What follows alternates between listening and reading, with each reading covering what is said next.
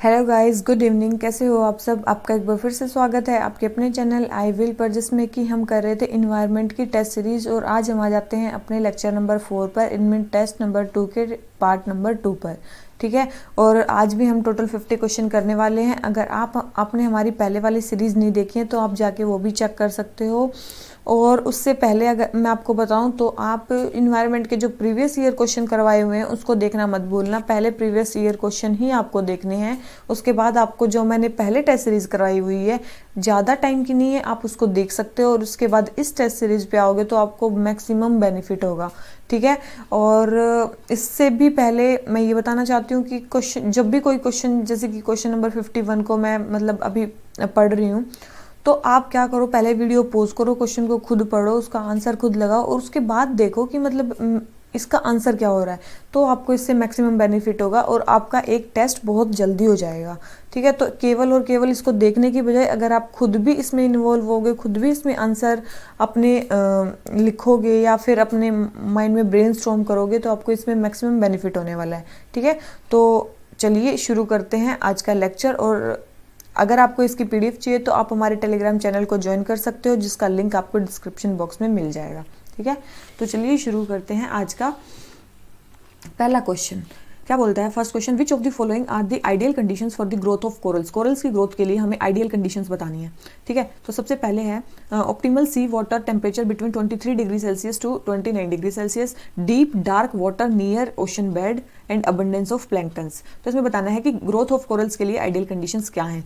तो आपको पता होगा कि जो कोरल्स हैं वो बिलो 18 डिग्री सेल्सियस नहीं रह सकती हैं। ठीक है, 18 डिग्री सेल्सियस या बहुत ज़्यादा टेम्परेचर पे, मतलब एक्सट्रीम टेम्परेचर्स पे जो कोरल्स हैं वो नहीं रह सकते हैं। ठीक है, वो डिस्ट्रॉय हो जाती है, उनकी ब्लीचिंग हो जाती है। ठीक है, उनकी क्या हो जाती है, ब्लीचिंग हो जाती है। तो ज़्यादा एक्सट्रीम टेम्परेचर्स पे जो कोरल्स हैं वो नहीं रह सकते हैं। तो यस, उनके लिए जो ऑप्टिमल सी वाटर टेम्परेचर है वो 23 डिग्री सेल्सियस से 29 डिग्री सेल्सियस है।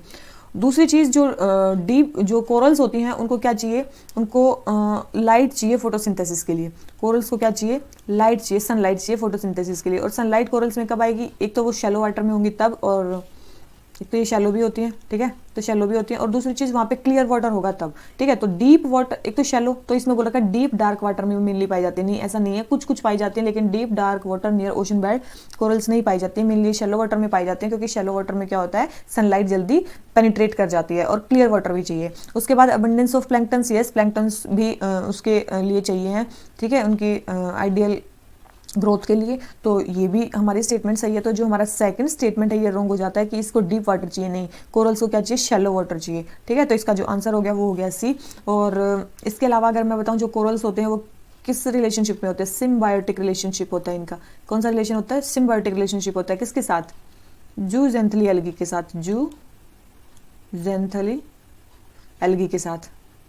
ठीक है, इनका क्या होता है, सिम्बायोटिक रिलेशनशिप होता है। और दूसरा किसके साथ, कोरल्स के साथ। ठीक है, कोरल्स क्या होते हैं, ये भी एनिमल्स ही होते हैं, पोलिप एनिमल्स होते हैं। ठीक है, और ये क्या करते हैं, जूजेंथली एल्गी को क्या करते हैं, ये प्रोटेक्शन प्रोवाइड करते हैं। और जूजेंथली एल्गी इनको फोटोसिंथेसिस करके फूड प्रोवाइड करती है। ठीक है, तो इस तरह से जो कोरल्स और जूजेंथली एल्गी हैं वो सिम्बायोटिक रिलेशनशिप में होते हैं एक दूसरे के साथ। ठीक है, तो आपको सारी चीज़ें पता चल गई कि कोरल्स के लिए आइडियल टेम्परेचर क्या है। कोरल्स शैलो वाटर में पाई जाती हैं, प्लैंक्टन्स की अबंडेंस होनी चाहिए, डीप वाटर में बहुत कम पाई जाती हैं, और सिम्बायोटिक रिलेशनशिप में होती हैं। ठीक है, तो जो हमारा क्वेश्चन नंबर 51 है उसका आंसर हो जाता है सी। आ जाते हैं क्वेश्चन नंबर 52 पे। क्या बोलता है, with reference to national parks. National parks के बारे में हमें बताना है। ठीक है, क्या बताना है नेशनल पार्क्स के बारे में। फर्स्ट है, state government can declare an area of ecological importance as a national park under wild life protection act. आपको पता है कि कोई भी national park, wild life sanctuary या फिर कम्युनिटी रिजर्व या फिर कंजर्वेशन रिजर्व, ये सारे किसके अंदर डिक्लेयर होते हैं, वाइल्ड लाइफ प्रोटेक्शन एक्ट के अंदर। किसके अंडर डिक्लेयर होते हैं, वाइल्ड लाइफ प्रोटेक्शन एक्ट के अंदर। तो ये स्टेटमेंट क्या है, बिल्कुल सही है। ठीक है, और स्टेट गवर्नमेंट उसको डिक्लेयर करेगी। ठीक है, तो ये चीज़ याद रखना, national park, wild life century, conservation reserve और कम्युनिटी रिजर्व, ये सारे किसके अंदर डिक्लेयर होते हैं, वाइल्ड लाइफ प्रोटेक्शन एक्ट के अंदर।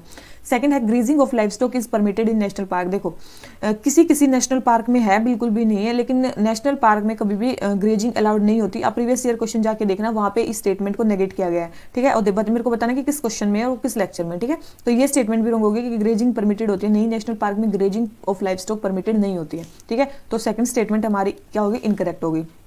ठीक है, इसके बाद आ जाते हैं हमारे क्या, third statement, no alteration of boundaries of a national park shall be made except on recommendation of national biodiversity authority. देखो इसने बोल रखा है कि आप नेशनल पार्क की बाउंड्रीज को अल्टर नहीं कर सकते नेशनल बायोडाइवर्सिटी अथॉरिटी की रिकमेंडेशन के बिना। देखो इसकी अथॉरिटी आपको क्यों लेनी पड़ेगी, आपको तो जो वाइल्ड लाइफ प्रोटेक्शन एक्ट के अंदर जो बॉडी बनेगी उसकी आपको रिकमेंडेशन लेनी पड़ेगी, national board of wild life, national board for wild life, उसकी आपको रिकमेंडेशन लेनी पड़ेगी, ना कि किसकी, नेशनल बायोडाइवर्सिटी अथॉरिटी की। ठीक है, तो आपको किसकी रिकमेंडेशन लेनी पड़ेगी, नेशनल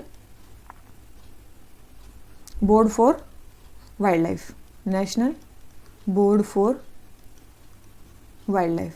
ठीक है, ये तो आपको पता होगा। अगर आपको फर्स्ट और थर्ड स्टेटमेंट भी ये पता है कि ये दोनों कॉन्ट्राडिक्टरी हैं, तो जिसमें फर्स्ट होगी उसमें थर्ड नहीं होगी, जिसमें थर्ड होगी उसमें फर्स्ट नहीं होगी। ठीक है, तो थर्ड स्टेटमेंट भी रॉन्ग होगी। ठीक है, थर्ड स्टेटमेंट रॉन्ग होगी तो हमारा आंसर क्या आ गया, ए। ठीक है, समझ गया, कोई भी अल्टरेशन उसकी बाउंड्री में नहीं किया जा सकता जबकि recommendation national board for wild life ने उसको ना करें। ठीक है, तो ये आपको पता होना चाहिए। ठीक है, और इसके अलावा आपको एक चीज़ और पता होना चाहिए कि स्टेट गवर्नमेंट जो है एक और उसको अथॉरिटी को अपॉइंट करती है, उसको क्या बोलते हैं, चीफ वाइल्ड लाइफ वार्डन। क्या बोलते हैं, चीफ वाइल्ड लाइफ वार्डन को कौन इलेक्ट करता है या सिलेक्ट करता है, वो भी कौन करते हैं, स्टेट गवर्नमेंट करती है लोकल गवर्नमेंट्स के साथ मिलकर। ठीक है, ये भी चीज़ ध्यान रखना आप, ये चीज़ ध्यान रखना। और इसके अलावा बहुत सारी अथॉरिटीज़ मैंने बताया था जो वाइल्ड लाइफ प्रोटेक्शन एक्ट के अंदर बनती हैं, जैसे कि NTCA, ठीक है, नेशनल सेंट्रल जू अथॉरिटी। ठीक है, इसके है wild life crime control bureau. ठीक है, एक और बॉडी थी, बस अभी तो मेरे को यही याद आ रही है, national tiger conservation authority, central zoo authority, wild life conservation. ठीक है, और जितने भी national park, wild life century, conservation reserve और कम्युनिटी रिजर्व में वाइल्ड लाइफ प्रोटेक्शन एक्ट के अंदर ही डिक्लेयर किए जाते हैं। तो इसका आंसर हो गया हमारा ए। आ जाते हैं क्वेश्चन नंबर 53 पे। बायोस्फीयर रिजर्व के बारे में हमें बताना है इसमें। तो सबसे पहले biosphere reserve emphasis on conservation of overall biodiversity landscape rather than some specific flagship species. बिल्कुल, बायोस्फीयर रिजर्व में हर चीज़ को प्रिजर्व किया जाता है, बिल्कुल सही है। सेकंड है the national biodiversity authority. National biodiversity authority identifies new sites, advises on policies and program for biosphere reserve in India. क्या नेशनल बायोडाइवर्सिटी अथॉरिटी जो है वो नए बायोस्फीयर रिजर्व को अपॉइंट करती है इंडिया में। तो एक चीज़ याद रखना कि बायोस्फीयर रिजर्व को जो करती है ना, वो करती है यूनेस्को, मतलब इंडिया में मैन एंड बायोस्फीयर कमेटी। कौन करती है न्यू बायोस्फीयर रिजर्व को, मैन एंड बायोस्फीयर कमेटी।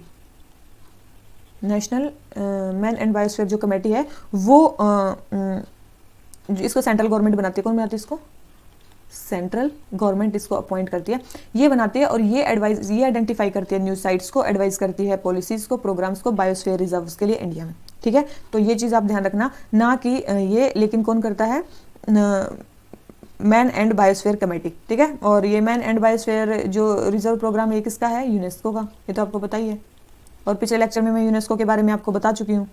ठीक है, मैन एंड बायोस्फीयर। अब हाँ, एक प्रोग्राम भी चला है man and biosphere programme India में। यूनेस्को ने क्या है, मैन एंड बायोस्फीयर प्रोग्राम। ठीक है, इंडिया में चला हुआ है। ये कब चला था, 1971 में चला था। किसके अंडर, यूनेस्को के अंडर ही चला था, बाय यूनेस्को। ठीक है, क्यों चला था, टू इम्प्रूव रिलेशन बिटवीन जो लोकल्स हैं और इन्वायरमेंट्स हैं उनके बीच में रिलेशनशिप को इम्प्रूव करने के लिए। ठीक है, इंडिया में कितनी साइट्स हैं जो मैन एंड बायोस्फीयर रिजर्व में आती हैं, 11 साइट्स हैं। 11 साइट्स को इसमें आइडेंटिफाई किया गया है, और सबसे जो रिसेंट साइट है वो 2018 में ऐड की गई है, और उसका नाम क्या है, कंचनजोंगा। कंचनजोंगा। ठीक है, कंचनजोंगा सबसे रिसेंट साइट है जो मैन एंड बायोस्फीयर प्रोग्राम में ऐड की गई है। 1971 में सबसे पहले ये प्रोग्राम शुरू किया गया था, यूनेस्को ने शुरू किया था। इंडिया की 11 साइट्स हैं, और 2018 में रिसेंट कंचनजोंगा इसमें ऐड हुई है। ठीक है, तो मैन एंड बायोस्फीयर कमेटी है जो न्यू बायोस्फीयर रिजर्व्स को क्या करती है, आइडेंटिफाई करती है। तो सेकंड स्टेटमेंट रॉन्ग होगी, फर्स्ट स्टेटमेंट करेक्ट है, तो जो इसका आंसर हो गया वो क्या हो गया, ए हो गया। और इसके अलावा इंडिया में भी बायोस्फीयर रिजर्व के लिए एक प्रोग्राम चल रहा है जिसको बोलते हैं नेशनल बायोस्फीयर रिजर्व प्रोग्राम। ठीक है, ये 1986 में शुरू हुआ था, और ये भी है कि मतलब जो लोकल इनहैबिटेंट्स हैं वो पार्टिसिपेट करें सस्टेनेबल यूज़ में, मतलब जो भी बायोस्फीयर रिजर्व या फॉरेस्ट का जो सस्टेनेबल यूज है उसमें लोकल्स का भी पार्टिसिपेशन हो, इसलिए शुरू किया गया था। ठीक है, वैसे बायोस्फीयर रिजर्व्स होते क्या हैं, बायोस्फीयर रिजर्व एक टाइप के इंटरनेशनल डेजिग्नेशन है जो यूनेस्को देता है। ठीक है, बायोस्फीयर रिजर्व में 3 टाइप के एरियाज होते हैं, कोर एरिया, बफर एरिया और एक होता है ट्रांजिशन एरिया। ठीक है, और इसके अलावा बताऊँ तो फर्स्ट जो बायोस्फीयर रिजर्व था वो कौन सा था, नीलगिरी। फर्स्ट बायोस्फीयर रिजर्व कौन सा था, नीलगिरी, जो कहाँ था, तमिलनाडु में। ठीक है, ये तो आपको पता ही होना चाहिए। तो हाँ, और इंडिया में टोटल बायोस्फीयर रिजर्व की बात करूँ कितने हैं, टोटल बायोस्फीयर रिजर्व इंडिया में 18 है। ठीक है, और सबसे बड़ा मतलब ये तो हो गया फर्स्ट बायोस्फीयर रिजर्व कौन सा, सबसे लार्जेस्ट बायोस्फीयर रिजर्व इंडिया में कौन सा है, कच्छ, गुजरात में। कहाँ पे है, कच्छ, गुजरात में, इसका लार्जेस्ट एरिया है।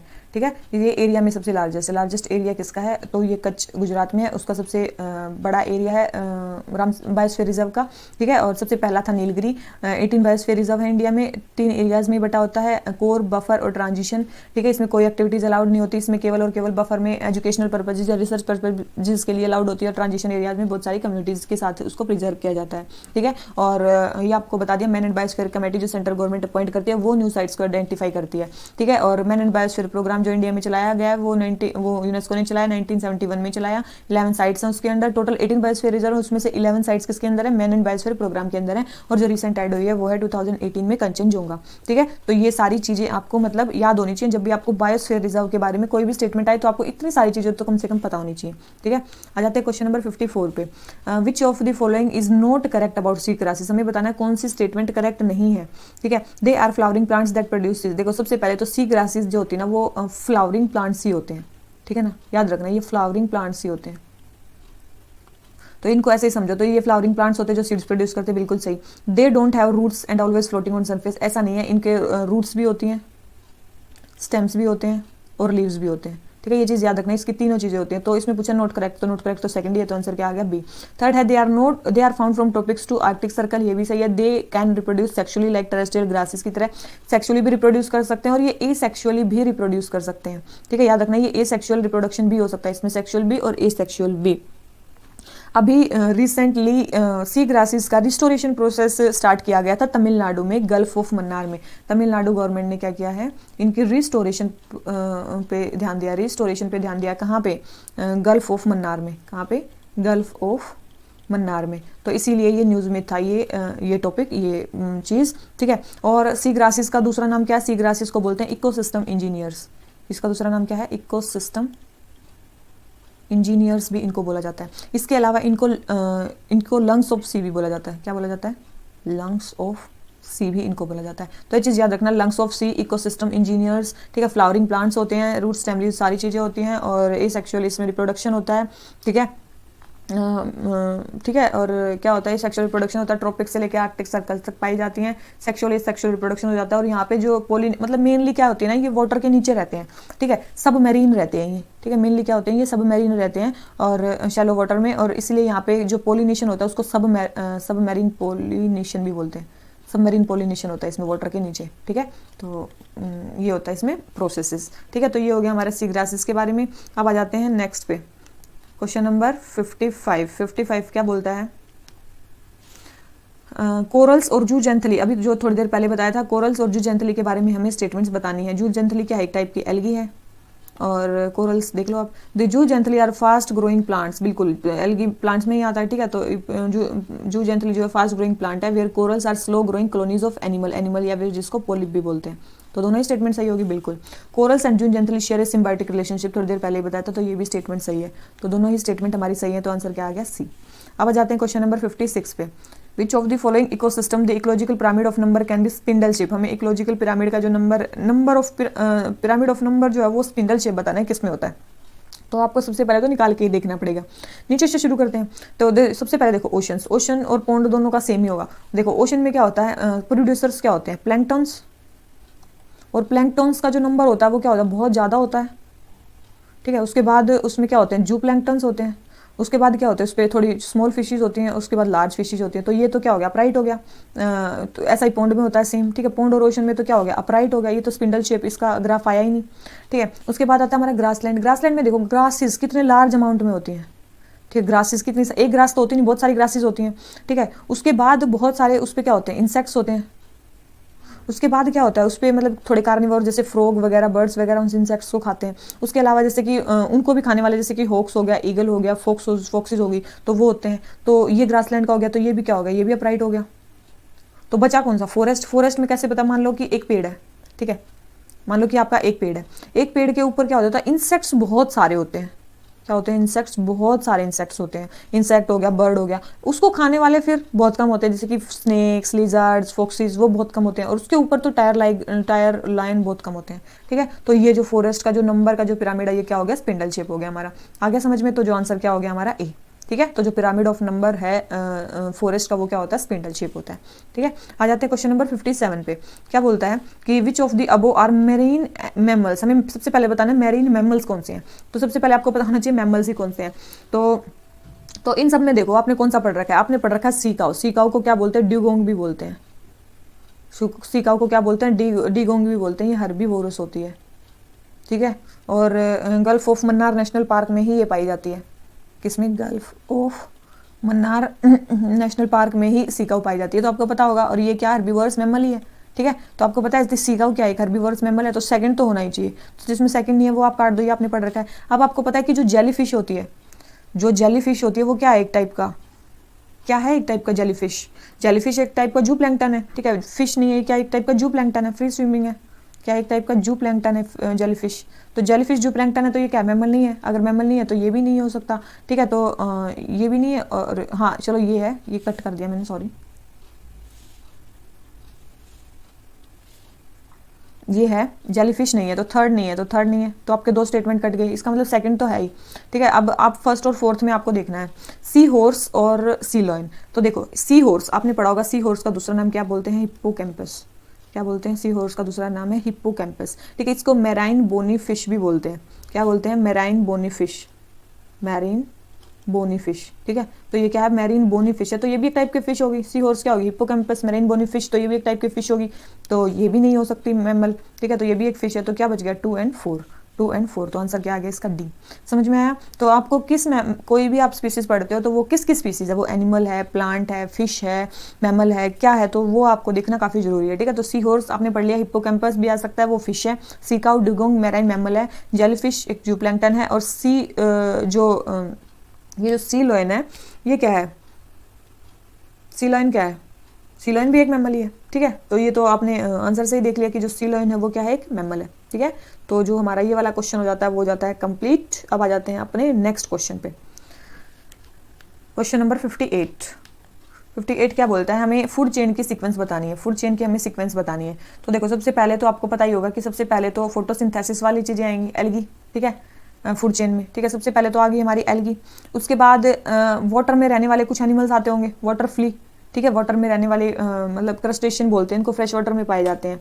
ठीक है, ये मतलब छोटी छोटी एल्गी को खाते हैं। ठीक है, इसको बोलते हैं वाटर फ्ली। वाटर में रहने वाले जो एल्गी वगैरह को खाते हैं उनको बोलते हैं। उसके बाद आता है हमारा स्टाइक ब्लैक। ठीक है, स्टाइक ब्लैक एक टाइप की फिश होती है। ठीक है, स्टाइक ब्लैक एक टाइप की फिश होती है जो उसको स्केल वगैरह नहीं होते उस पर। ठीक है, स्मॉल फिश होती है, ये स्मॉल स्मॉल क्रस्टेशियन को खाती है। और पाइक जो होती है ये एक फिश ये भी एक फिश होती है, फ्रेश वाटर फिश जो छोटी मछली को खाती है। ये स्मॉल फिश है, ये लार्ज फिश है, पाइक। ठीक है, तो याद रखना। तो इसका जो आंसर क्या हो गया, ए। तो फूड चेन की आपने सीक्वेंस बता दी। ठीक है, अब आ जाते हैं क्वेश्चन नंबर 59 पे। मालियन और जियांट स्क्वायरल और ब्लैक जियांट स्क्वायरल के बारे में आपको बताना है। ठीक है, सबसे पहले it is endemic to Indonesia. सबसे पहले ये इंडोनेशिया में एंडेमिक होती है और लार्जेस्ट फ्लाइंग स्क्वायरल है वर्ल्ड में। ठीक है, तो ये चीज़ जो है ना आपको याद ही करनी, मतलब याद क्या, आपको थोड़ी बहुत पता ही होनी चाहिए कि जो मलियान जियांट स्क्वायरल है वो वर्ल्ड की लार्जेस्ट स्क्वायरल है। क्या है, वर्ल्ड की लार्जेस्ट स्क्वायरल है, लेकिन ये फ्लाइंग स्क्वायरल नहीं है। ठीक है, क्या है, ये फ्लाइंग स्क्वायरल नहीं है, वर्ल्ड की लार्जेस्ट स्क्वायरल है। ठीक है, लेकिन फ्लाइंग स्क्वायरल नहीं है। ठीक है, तो फर्स्ट स्टेटमेंट होगी हमारी रॉन्ग। ठीक है, लार्जेस्ट स्क्वायरल है लेकिन फ्लाइंग नहीं है। दूसरी चीज, it is endemic to Indonesia. देखो नहीं, ये एंडेमिक टू इंडोनेशिया मतलब केवल इंडोनेशिया में ये पाई जाती है ऐसा नहीं है, केवल इंडिया में भी ये पाई जाती है। इंडिया में जैसे वेस्ट बंगाल, सिक्किम, असम, अरुणाचल, मेघालय, मतलब जो नॉर्थ ईस्ट का एरिया है वहाँ पे भी ये पाई जाती है। ठीक है, वहाँ पे भी ये पाई जाती है। तो और इसके अलावा इंडोनेशिया में भी नहीं, वहाँ पे जैसे कि दूसरी जो एशियन कंट्रीज़ हैं जैसे कि China, Thailand, Laos, Vietnam, Burma, यहाँ हर जगह ये पाई जाती है। ठीक है, तो ये इंडोनेशिया में वो नहीं है। तो पहली स्टेटमेंट भी रॉन्ग है, सेकंड स्टेटमेंट भी रॉन्ग है। तो इसका जो आंसर हो गया वो हमारा क्या हो गया, डी। इसका जो आंसर हो गया वो हमारा क्या हो गया, डी। और अगर हम इसके IUCN स्टेटस की बात करें तो क्या है, नियर थ्रेटेंड। क्या है, नियर थ्रेटेंड, क्योंकि इतनी ज़्यादा जगह पाई जाती है। साइट्स में किस में आती है ये, साइट्स में अपेंडिक्स 2 में आती है। ठीक है, साइट्स में अपेंडिक्स 2 में आती है। और वाइल्ड लाइफ प्रोटेक्शन एक्ट में ये स्केड्यूल 1 में आती है। ठीक है, वाइल्ड लाइफ प्रोटेक्शन एक्ट में किस में आती है, ये स्केड्यूल 1 में आती है। इसके अलावा इंडिया में 2 जियांट स्क्वायरल स्पीसीज और भी पाई जाती हैं। ठीक है, इंडिया में 2 जियांट स्क्वायरल स्पीसीज और भी पाई जाती हैं। एक है एक का नाम है इंडियन जियांट स्क्वायरल, एक है ग्रिजल्ड जियांट स्क्विरल, ठीक है, ये दो चीज़ पाई जाती है, इंडियन जियांट स्क्विरल और ब्राज़ील जियांट स्क्विरल। तो आंसर क्या हो गया? डी, ठीक है। अब आ जाते हैं क्वेश्चन नंबर 60 पे। Why does the tropical region have high biodiversity? Tropical region में ज़्यादा बायोडाइवर्सिटी क्यों होती है, हमें ये चीज़ बतानी है। तो इसमें बोला है कि सबसे पहले बोला है कि जो ट्रॉपिकल सॉइल्स होती हैं वो हाई इन फर्टिलिटी होती हैं। सेकंड है seasonal variation in tropical climate is light, solar energy is abundantly available in tropics, tropical areas had a long evolutionary time for species speciation. तो इसमें आप देखो सबसे ज़्यादा क्या देखो, ट्रॉपिक्स एरिया में क्या होता है, सोलर एनर्जी अबंडेंटली अवेलेबल तो होती है, ठीक है, ये स्टेटमेंट तो बिल्कुल सही है, इसको तो कोई नहीं नकार सकता, तो आप एक स्टेटमेंट कर सकते हो। और ट्रॉपिकल एरियाज में जो सीजनल वेरिएशन होती है वो भी क्या होती है? कम होती है। यस, ये भी स्टेटमेंट सही, वहाँ पे सीजनल वेरिएशन कम होती है। इसके कारण क्या होती है, कोई भी स्पीसीज को अडॉप्ट करने के लिए काफ़ी लंबा टाइम मिल जाता है, ठीक है, इवोल्यूशन के लिए या स्पीसीज डाइवर्सिफिकेशन के लिए एक लंबा टाइम मिल जाता है, तो वो भी चीज़ सही है। लेकिन जो ट्रॉपिकल सॉइल होती है ना, वहाँ पे हाई रेनफॉल होता है, हाई टेम्परेचर होता है, तो इसके कारण वहाँ पे फर्टिलिटी हाई नहीं होती सॉइल की, ठीक है, तो फर्टिलिटी हाई नहीं होती है, तो ये स्टेटमेंट भी हमारी कट हो जाती है। तो इसका जो आंसर हो जाता है वो हो जाता है हमारा, इसका जो आंसर हो जाता है वो हो जाता है हमारा सी। क्या ये सही है? क्या ये हमारा सही है आंसर? तो ट्रॉपिकल सॉइल जो होती है इसमें बोला है कि हाई इन फर्टिलिटी होती है, तो वो स्टेटमेंट तो होगी हमारी रॉन्ग। तो ये तो हमने पहले ही बोला कि फर्स्ट स्टेटमेंट रॉन्ग है, तो फर्स्ट स्टेटमेंट रॉन्ग है तो क्या हो गया? फर्स्ट स्टेटमेंट रॉन्ग है तो फर्स्ट अरे मैंने क्या लगाया आंसर? गलत लगाया, सॉरी, ऊपर सही लगाया, नीचे रॉन्ग लगाया, ठीक है। तो सेकंड, थर्ड एंड फोर्थ क्या है? सही है, और फर्स्ट स्टेटमेंट क्या इसमें रॉन्ग है कि ट्रॉपिकल सॉइल में क्या होता है, रेनफॉल और जो टेम्परेचर है वो हाई होते हैं, तो इसके कारण उसकी जो फर्टिलिटी होती है वो कम होती है, तो हाई नहीं होती है। दूसरी चीज़, वहाँ पे सीजनल वेरिएशन भी कम होते हैं, सोलर एनर्जी अबंडेंटली अवेलेबल होती है, और ट्रॉपिक्स में क्या होता है, लॉन्ग इवोल्यूशनरी टाइम मिल जाता है स्पीसीज को डाइवर्सिफिकेशन के लिए, तो ये भी स्टेटमेंट सही है। तो सारी सही है, तो आंसर क्या आ गया इसका? बी, ठीक है। नीचे वाली आ जाते हैं क्वेश्चन नंबर 61 पे। क्या बोलता है? एस्चुअरीज के बारे में हमें बताना है, ठीक है। सबसे पहले estuaries mostly do not have any source of fresh water, इसने बोला है एस्चुअरीज में कोई भी फ्रेश वाटर सोर्स नहीं होता, ठीक है। तो जो एक होती है एस्चुअरीज और एक होता है लेगून, एक होते हैं लेगून्स। ये दोनों ही में फ़र्क ये होता है कि एस्चुअरीज में एक फ्रेश वाटर का सोर्स होता है और लेगून्स में कोई फ्रेश वाटर का सोर्स नहीं होता, ठीक है, याद रखना इस चीज़ को। तो estuaries mostly do not have any source of fresh water, तो ऐसा नहीं है, क्योंकि एस्चुअरीज में फ्रेश वाटर का सोर्स होता है, ठीक है, लेगून्स में फ्रेश वाटर का सोर्स नहीं होता, एस्चुअरीज में फ्रेश वाटर का सोर्स होता है। तो फर्स्ट स्टेटमेंट होगी हमारी रॉन्ग। सेकंड है estuaries are influenced by high tides and low tides of sea, और थर्ड है estuaries are among the most productive environment on earth. जो एस्चुअरीज होती हैं वो मोस्ट प्रोडक्टिव इन्वायरमेंट होती हैं अर्थ पे। तो आप देखो एस्चुअरीज मोस्ट प्रोडक्टिव तो होती हैं, ये तो आपको पता है, फ्रेश वाटर और मेराइन वाटर मिलते हैं, तो ब्रैकिश वाटर मिलता है और वहाँ पे मैक्सिमम जो है स्पीसीज की डाइवर्सिटी होती है। उसके बाद सेकंड देखो, estuaries are influenced by high tides and low tides of sea, बिल्कुल एस्चुअरी जो है हाई टाइड्स और लो टाइड्स से भी इन्फ्लुएंस होती है, ठीक है, लेकिन वहाँ पे फ्रेश वाटर का सोर्स होता है, तो ये तो आपका वैसे ही कट जाएगा, और second and third statement are correct, ठीक है। तो आंसर क्या आ गया हमारा? डी, ठीक है, आंसर क्या आ गया हमारा? डी। अगर आप वेस्टर्न कोस्ट पे बात करते हो एस्चुअरीज की, तो अगर आप वेस्टर्न कोस्ट पे बात करो एस्चुअरीज की, तो कहाँ पाई जाती है? जैसे कि आप एग्जांपल इसको मांडोवी एंड जुआरी एस्चुअरी, ठीक है, मोस्ट प्रोडक्टिव वेटलैंड्स होते हैं ये, ठीक है, और इको टाइम होता है। और एक चीज़ याद रखना, जो एस्चुअरीज और लेगून में एक और होता है, ये मतलब जब बनते हैं जब ये बनते हैं तो यहाँ पे क्या होता है? Rise in sea level, rise in sea level, और यहाँ पे क्या होता है? Fall in sea level, fall in sea level, क्या पता कहाँ पे ये स्टेटमेंट आ जाए, तो ये चीज़ याद रखना। हो गया हमारा क्वेश्चन नंबर 61। आ जाते हैं क्वेश्चन नंबर 62 पे। मीथेन के बारे में बताना है, 3 स्टेटमेंट दे रखे हैं। सबसे पहले है, it is more than 25 times as potent as carbon dioxide at trapping heat in atmosphere, ठीक है, ये क्या होती है? 25 टाइम्स मोर पोटेंट होती है, तो ये स्टेटमेंट बिल्कुल सही है, ये कार्बन डाइऑक्साइड से ज़्यादा पोटेंट होती है ग्रीन हाउस गैस को, या फिर मतलब टेम्परेचर को बढ़ाने में, ठीक है, हीट ट्रैप करने में। Second, it is most abundant anthropogenic green house gas. देखो मोस्ट अबंडेंट गैस कौन सी होती है? ग्रीन हाउस गैस, वो होती है CO2, ये तो नहीं है मोस्ट अबंडेंट, तो ये स्टेटमेंट क्या होगी? रॉन्ग होगी, ठीक है, ये स्टेटमेंट क्या होगी? रॉन्ग होगी, क्योंकि मोस्ट अबंडेंट जो एंथ्रोपोजेनिक ग्रीन हाउस गैस है वो क्या है? CO2, तो सेकंड स्टेटमेंट रॉन्ग होगी। थर्ड है, international methane emission observatory is initiated by India, जो इंटरनेशनल मीथेन एमिशन ऑब्जर्वेटरी है वो इंडिया ने स्टार्ट की है। तो एक चीज़ ध्यान रखना, ये इंडिया ने स्टार्ट नहीं की है, ये जो ऑब्जर्वेटरी है ये स्टार्ट की है किसने? UNEP ने, यूनाइटेड नेशन इन्वायरमेंट प्रोग्राम ने, और किसने शुरू की है? यूरोपियन कमीशन ने, ठीक है, यूरोपियन कमीशन ने ये स्टार्ट की है, ठीक है, जो COP26 में जो भी जहाँ पे भी हुई थी ये इन्होंने स्टार्ट की है, ठीक है। तो ये चीज़ याद रखना G20 समिट में, और भी कहाँ पे? G20 समिट में, G20 समिट में हुई थी, international methane emission observatory launch हुई थी और वहाँ पे यूएनईपी और यूरोपियन कमीशन ने मिलकर मीथेन के एमिशन को रिड्यूस करने के लिए, ठीक है, टू रिड्यूस मीथेन एमिशन, ये चीज़ शुरू की थी, ठीक है। तो ये स्टेटमेंट भी रॉन्ग होगी तो थर्ड भी रॉन्ग होगी, सेकंड भी रॉन्ग होगी तो केवल बच गई फर्स्ट, तो आंसर क्या आ गया इसका ए, ठीक है। तो ये भी हो गया हमारा आंसर। आ जाते हैं क्वेश्चन नंबर 63 पे। कंजर्वेशन रिजर्व के बारे में थोड़ी देर पहले ही मैंने कंजर्वेशन रिजर्व के बारे में बताया था। Community reserve, conservation reserve, they are protected area involving private and community land, particularly the area adjacent to national park and sanctuary. बिल्कुल नेशनल पार्क और सेंचुरी के आसपास के एरिया का जो प्रोटेक्टेड एरिया है पब्लिक और प्राइवेट लैंड, उसके लिए होता है conservation reserve. The central government constitute a conservation reserve management committee to advise on matter related to conservation reserve. इसने बोला है कि ये कमेटी बनाते हैं सेंट्रल गवर्नमेंट। तो याद रखना स्टेट गवर्नमेंट जो है ना वो एक कमेटी बनाती है, ठीक है, ये एक कमेटी बनाती है, ना कि सेंट्रल गवर्नमेंट। उसमें भी था कि ये बनाती कौन है, स्टेट गवर्नमेंट ही बनाती है, तो स्टेट गवर्नमेंट ही बनाती है, कमेटी बनाती है। किसको एडवाइस करने के लिए, चीफ वाइल्ड लाइफ वार्डन को एडवाइस करने के लिए कंजर्वेशन रिजर्व मैनेजमेंट कमेटी बनाई जाती है, ताकि वो कंजर्वेशन रिजर्व को कंजर्व, मैनेज और मेंटेन करने के लिए डिसीजंस ले सके, ठीक है। तो ये स्टेटमेंट हो गया हमारा रॉन्ग, सेकंड स्टेटमेंट और फर्स्ट स्टेटमेंट हो गया हमारा करेक्ट, ठीक है। तो ये हो गया हमारा, ठीक है। तो इसके अलावा अगर आप बात करो कंजर्वेशन रिजर्व की, तो आपको पता ही है कि किसके अंदर ये डिक्लेयर होते हैं, वाइल्ड लाइफ प्रोटेक्शन एक्ट के अंदर डिक्लेयर होते हैं, ठीक है। ये तो मैंने अभी थोड़ी देर पहले ही बताया था। और इसके अलावा देखो, एक होते हैं कंजर्वेशन रिजर्व और एक होते हैं कम्युनिटी रिजर्व, ठीक है, एक होते हैं कम्युनिटी रिजर्व। जो कंजर्वेशन रिजर्व होते हैं ना, ये IUCN की कैटेगरी 5 में आते हैं, और जो कम्युनिटी रिजर्व होते हैं ये IUCN की कैटेगरी 6 में आते हैं, ठीक है। ये चीज़ और आप ध्यान रखना। और अगर आप नंबर की बात करो, इंडिया में कंजर्वेशन जो रिजर्व है ना, उनका नंबर है अप्रोक्स 88। ये 2019 की मतलब सर्वे के बारे में बता रही हूँ मैं। और जो कम्युनिटी रिजर्व है उनका नंबर है अप्रोक्स 163, ठीक है। अभी बढ़ गया होगा तो आप एक बार चेक कर लेना, ठीक है। तो ये स्टेटमेंट है, तो फर्स्ट स्टेटमेंट करेक्ट है, सेकंड रॉन्ग है, तो अब फर्स्ट स्टेटमेंट करेक्ट है, तो आंसर क्या आ गया ए, ठीक है। आंसर क्या आ गया ए।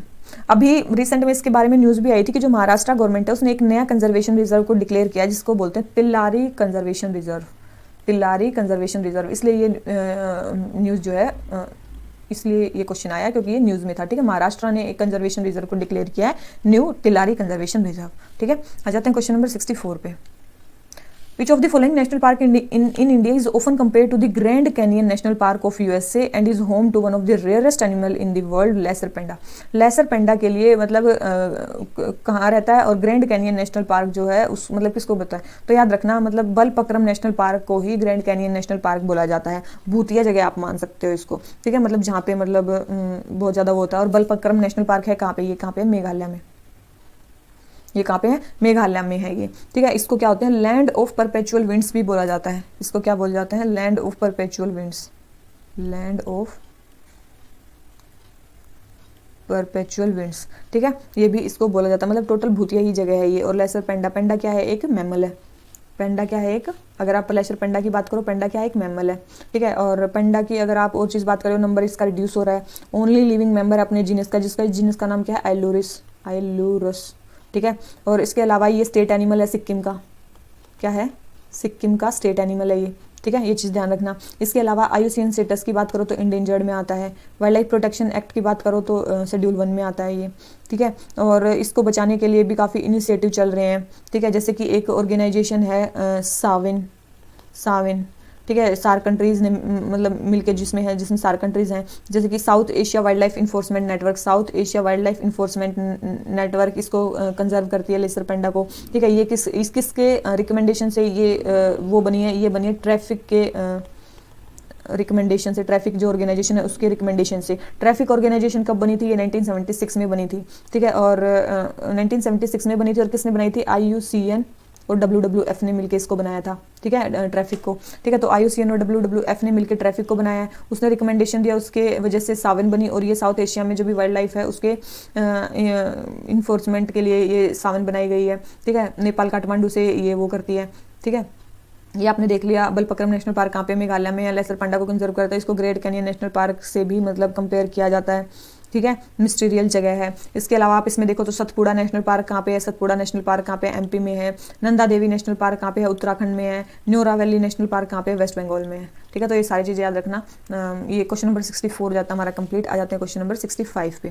क्या बोलता है, इंटरनेशनल लॉ कमीशन के बारे में बताना है। फर्स्ट है, it was established in 2004 to make recommendation for purpose of progressive development of international law and its codification. तो ये सबसे पहले 2004 में नहीं है, कब 1947 में ही एस्टेब्लिश कर दिया गया था।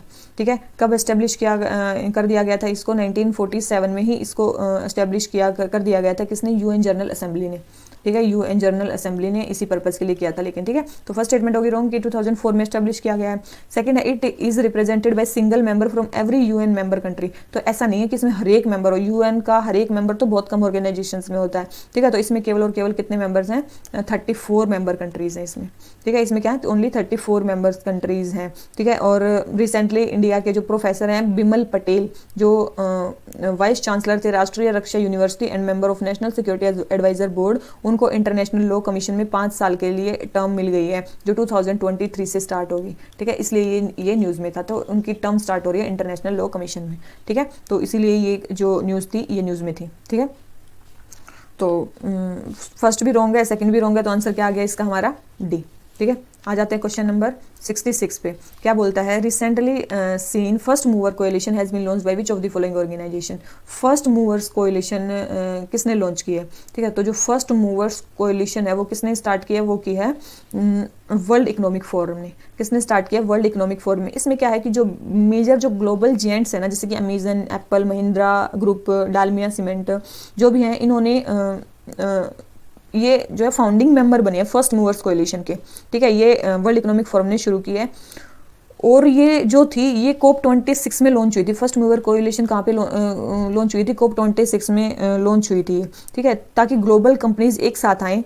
ठीक है, कार्बन इंटेंसिव सेक्टर्स में जो कंपनीज हैं, ठीक है, कार्बन इंटेंसिव सेक्टर्स की जो कंपनीज हैं वे एक साथ आएँ और उसको रिडक्शन को मतलब अपना मेन पार्ट बनाएं। ठीक है, मतलब कार्बन के एमिशन को कम करने के लिए फर्स्ट मूवर्स कोएलिशन को वो किया गया है। ठीक है, अब आप देखो वर्ल्ड इकोनॉमिक फोरम के बारे में आप क्या देख सकते हो। वर्ल्ड इकोनॉमिक फोरम जो है, वर्ल्ड इकोनॉमिक फोरम जो है कब बना था, ये 1971 में बना था। ठीक है, कब बना था वर्ल्ड इकोनॉमिक फोरम, 1971 में बना था। नॉन प्रॉफिट ऑर्गेनाइजेशन है, और इसके अलावा आपको बताऊं तो इसके जो हेडक्वार्टर्स हैं वो कहाँ पे हैं, जेनेवा स्विट्जरलैंड में इसके हेडक्वार्टर्स हैं। और वर्ल्ड इकोनॉमिक फोरम कुछ मेजर रिपोर्ट्स भी निकालता है। ठीक है, ये कुछ मेजर रिपोर्ट्स भी निकालते हैं। इनकी रिपोर्ट्स का नाम क्या है, जैसे कि है एनर्जी ट्रांजिशन इंडेक्स, इसके बाद है ग्लोबल कॉम्पिटिटिवनेस रिपोर्ट, इसके बाद है ग्लोबल IT रिपोर्ट, इसके बाद है ग्लोबल जेंडर रिपोर्ट, इसके बाद है ग्लोबल रिस्क रिपोर्ट, और इसके बाद है global travel and tourism report, global travel and tourism report. ठीक है, तो ये सारी रिपोर्ट्स कौन निकालता है, वर्ल्ड इकोनॉमिक फोरम निकालता है। ठीक है, और कब बना था, 1971 में बना था। नॉन प्रॉफिट ऑर्गेनाइजेशन है, जेनेवा स्विट्जरलैंड में इसके हेडक्वार्टर्स है। रिपोर्ट सारी ये निकालता है, और फर्स्ट मूवर्स कोएलिशन इसने लॉन्च की है COP 26 में, जो कि UNFCCC की अभी हुई थी। ठीक है, इसमें जो कार्बन इंटेंसिव सेक्टर्स हैं उसकी जो मेजर कंपनीज हैं वो एक साथ हैं, उसके था फर्स्ट मूवर्स कोएलिशन। ठीक है, तो 66 का जो आंसर हो गया वो हो गया डी। आ जाते हैं क्वेश्चन नंबर 67 पे। क्या बोलता है, जूट के बारे में हमें बताना है। फर्स्ट है, it is produced only in West Bengal and Assam. देखो ये स्टेटमेंट, ओनली वाली स्टेटमेंट वैसे रॉन्ग होती है, तो नहीं, ये वेस्ट बंगाल और असम में नहीं, ये मेनली मतलब नॉर्थ ईस्ट और ईस्ट इंडिया में मेनली ये उगाया जाता है, जैसे कि उड़ीसा, आंध्रा वगैरह और झारखंड, वेस्ट बंगाल, इन सब एरियाज में जूट जो है उगाया जाता है। सेकेंड है, सेकंड क्या है, second compare to rice jute requires less water and fertilisers. ये बिल्कुल सही है कि राइस के कंपैरिजन में जो जूट है उसको कम वाटर और फर्टिलाइजर की रिक्वायरमेंट होती है। थर्ड है, 100% of all food grains and sugar is to be compulsorily packed in jute bags in India. देखो अभी 2021-22 जो है उसको जूट ईयर बोला गया है, और इसमें क्या बोला गया है कि जो cabinet committee on economic affairs है उसने बोला है कि मैंडेटरी पैकेजिंग होगी सारे फूड ग्रेन्स की, और ओनली 20% शुगर की। किसकी, ओनली 20% शुगर की, और ऑल फूड ग्रेन्स की जो कंपलसरी पैकिंग होगी वो होगी जूट बैग्स में। ठीक है, तो ये चीज़ बोली गई है। तो ये जो हमारी स्टेटमेंट है थर्ड वाली, ये रॉन्ग है कि सारे फूड ग्रेन्स और शुगर नहीं, सारी शुगर नहीं, ओनली 20% शुगर की जो पैकिंग होगी वो जूट बैग्स में होगी। तो ये स्टेटमेंट भी हमारी रॉन्ग होगी, तो इसकी केवल और केवल जो सेकंड स्टेटमेंट है वो क्या होगी, करेक्ट होगी। ठीक है, तो ये चीज़ आपको ध्यान रखनी है कि कितनी अभी इंडिया में है, और इंडिया जो है वो बिगेस्ट प्रोड्यूसर है जूट का, ये भी चीज़ ध्यान रखना। इंडिया जो है वो बिगेस्ट प्रोड्यूसर है जूट का। ठीक है, इंडिया क्या है, बिगेस्ट प्रोड्यूसर है जूट का। उसके बाद कौन है, उसके बाद आता है बांग्लादेश। उसके बाद कौन आता है हमारा, उसके बाद आता है हमारा बांग्लादेश। ठीक है, उसके बाद आता है हमारा बांग्लादेश। और इसको जो जूट है उसको क्या बोला जाता है, और क्या बोला जाता है, इसको गोल्डन फाइबर भी बोला जाता है। इसको गोल्डन फाइबर भी बोला जाता है। और इसके लिए जो टेम्परेचर होता है 25 to 35 degree Celsius optimum temperature होता है। अगर रेनफॉल की बात करें 150 से 250 सेंटीमीटर जो है इसके लिए रेनफॉल की रिक्वायरमेंट होती है, ठीक है। और ये आपको बता दिया कि वेस्ट बंगाल, उड़ीसा, असम, मेघालय, त्रिपुरा, आंध्रा, इन सब में ये उगाया जाता है, ठीक है। और ये पेस्ट रेजिडेंट भी होता है, मॉनिटरी रिटर्न्स भी इसके ज़्यादा होते हैं, तो इसीलिए जूट पे ध्यान दिया जा रहा है, ठीक है। तो सेकंड स्टेटमेंट हमारी करेक्ट होगी और ये होगी। आ जाते हैं क्वेश्चन नंबर 68 पे। क्या बोलता है, प्रोटेक्टेड एरिया के बारे में बताना है। क्या है, फर्स्ट है श्री विल्लीवथूर मेघामलाई, कहाँ पे है, सत्यमंगलम वेस्टर्न घाट्स में और सिमलीपाल उड़ीसा में।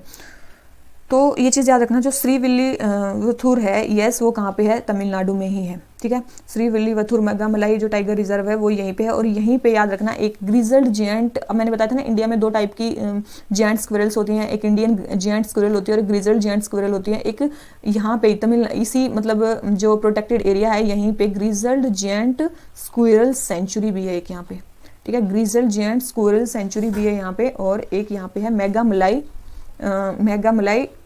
वाइल्ड लाइफ सेंचुरी, ठीक है। यहाँ पे क्या है, एक मेघामलाई वाइल्ड लाइफ सेंचुरी और एक ग्रिजल्ड ये वाली सेंचुरी, तो ये दोनों सेंचुरी भी इसमें पाई जाती हैं, ठीक है। तो ये फर्स्ट स्टेटमेंट होगी करेक्ट। सेकंड है सत्यमंगलम और वेस्टर्न घाट्स।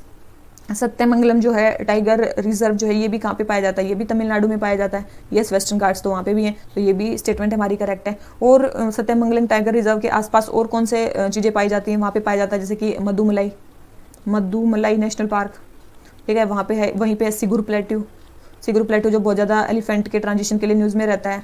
उसके बाद है बांदीपुर नेशनल पार्क, ठीक है। उसके बाद है बिलीरंगा स्वामी टेम्पल वाइल्ड लाइफ सेंचुरी, बिलीरंगा स्वामी टेम्पल वाइल्ड लाइफ सेंचुरी। तो ये सारी कहाँ पे पाई जाती हैं, इसी के आसपास पाई जाती हैं। उसके बाद है सिमलीपाल उड़ीसा, या सिमलीपाल का भी जो एरिया वो कहाँ पे है, उड़ीसा में, मयूरभंज डिस्ट्रिक्ट में ये पाया जाता है। तो ये भी सही है, ये भी सही है और ये भी सही है, तो तीनों ही सही है। तो आंसर हमारा क्या आ जाता है, डी, ठीक है। आंसर क्या आ गया हमारा, डी। आ जाते हैं क्वेश्चन नंबर 69 पे। क्या बोलता है, हमें डेयरी इंडस्ट्री के बारे में बताना है। सबसे पहला है India is largest producer of milk globally. India जो है मिल्क का लार्जेस्ट प्रोड्यूसर है ग्लोबली, तो ये बिल्कुल सही है, लेकिन याद रखना पर कैपिटा जो प्रोडक्शन है मिल्क की वो इंडिया में काफी कम है। सेकंड है dairy is largest single agriculture commodity with 4% share in Indian economy. ये स्टेटमेंट भी हमारी बिल्कुल सही है कि एक लार्जेस्ट सिंगल एग्रीकल्चर कमोडिटी है जो इंडियन इकोनॉमी में 4% शेयर वो करती है, ठीक है। थर्ड है under dairy Sahkar scheme only non financial support will be extended to eligible cooperatives for milk procurement and processing. इसने बोला कि डेयरी सहकार स्कीम में केवल और केवल नॉन फाइनेंशियल इंसेंटिव को दिया जाएगा। तो याद रखना डेयरी सहकार में फाइनेंशियल सपोर्ट प्रोवाइड किया जाएगा नेशनल एनसीडीसी को, नेशनल कॉर्पोरेशन डेवलपमेंट जो कमेटी है उसको ये प्रोवाइड किया जाएगा। और किस किस के लिए, bovine development, milk procurement, quality assurance, value addition, packaging, branding, marketing, transportation, storage of milk products, exports, इन सब के लिए, ठीक है। तो इसमें फाइनेंशियल सपोर्ट तो दिया जाएगा, ऐसा नहीं है कि नॉन फाइनेंशियल सपोर्ट, ऐसा नहीं है। क्यों ओनली नॉन फाइनेंशियल सपोर्ट दिया जाएगा, ऐसा नहीं है, ठीक है। तो इस चीज़ को याद रखना। तो ये स्टेटमेंट हमारी होगी रॉन्ग, ठीक है। और अभी मैंने बता दिया कि डेयरी सहकार स्कीम को इंप्लीमेंट भी कौन करता है, NCDC, national cooperative development corporation, ठीक है। मिनिस्ट्री ऑफ कॉर्पोरेशन के अंडर ये आती है, ठीक है। तो ये चीज़ ध्यान रखना। तो थर्ड स्टेटमेंट होगी हमारी रॉन्ग और फर्स्ट एंड सेकंड स्टेटमेंट होगी करेक्ट। तो आंसर हो गया ए। आ जाते हैं क्वेश्चन नंबर 70 पे। वेटलैंड के फंक्शन हमें बताने हैं। वेटलैंड के क्या क्या फंक्शन है, filtration of harmful waste including heavy metals from water, ground water recharge, recycling of nutrients और फ्लड कंट्रोल। तो ये सारे ही वेटलैंड काम करता है। तो आंसर क्या आ जाता है, डी, ठीक है। अब जाते हैं क्वेश्चन नंबर 71 पे। 71 में क्या बोलता है, which of the following is not correct. हमें गलत स्टेटमेंट बतानी है गैंगीज रिवर डॉल्फिन के बारे में। फर्स्ट है Genghis river dolphin primarily live in fresh water. जो गैंगीज रिवर डॉल्फिन है वो प्राइमरली कहाँ पे रहती है, फ्रेश वाटर में रहती है। स्टेटमेंट सही है, गलत नहीं है। सेकंड है Ganges river dolphin are essentially blind and hunt by emitting ultrasonic sound. ये स्टेटमेंट भी सही है कि जो गंगा रिवर डॉल्फिन है वो एसेंशियली ब्लाइंड होती हैं और मेनली अल्ट्रासोनिक साउंड्स को सुन के हंट करती हैं। थर्ड है female Ganges dolphin are larger than male. ये भी स्टेटमेंट सही है कि फीमेल जो होती है मेल से लार्जर होती है। फोर्थ है it is only species of river dolphin found in India. ऐसा थोड़ी ना कि ओनली स्पीसीज है, और भी पाई जाती है जैसे कि इंडस रिवर डॉल्फिन, ठीक है। एक और स्पीसीज तो है रिवर डॉल्फिन की, तो यही है, एक तो गंगीज रिवर डॉल्फिन और एक और कौन सी है, Indus river dolphin. Indus river dolphin भी तो रिवर डॉल्फिन ही है, ठीक है। तो इंडस रिवर डॉल्फिन है हमारी, ठीक है। और अगर हम इसके गंगीज रिवर डॉल्फिन के आयुसीएन स्टेटस वगैरह के बारे में बात करें तो किस में आती है, इंडेंजर्ड में आती है, ठीक है। साइट्स की उसमें 1 में आती है, साइट्स के अपेंडिक्स में, WPA के शेड्यूल 2 में आती है। और उसके अलावा जो कंजर्वेशन ऑफ माइग्रेटरी स्पीशीज है ना, CMS, उसके अपेंडिक्स 2 में आती है, ठीक है। तो याद रखना ये इसका क्या है, मतलब स्टेटस है इंडेंजर्ड, ठीक है। और जो इंडस रिवर डॉल्फिन है ये इंडेंजर्ड है, उसमें भी 1 में आती है WPA में, और शेड्यूल भी 1 में आती है, ठीक है। तो ये चीज़ आप याद रखना, ये साइट्स में 1 में आती है और शेड्यूल 2 में आती है, मतलब ऐसी चीज़, ये चीज़ें ध्यान रखना आप, ठीक है। तो ये जो होता है हमारा क्या कंप्लीट। और जो गंगीज रिवर डॉल्फिन है इसके लिए तो एक सेंचुरी भी बनाई गई है, विक्रमशिला गंगीज डॉल्फिन सेंचुरी। कहाँ पे? विक्रमशिला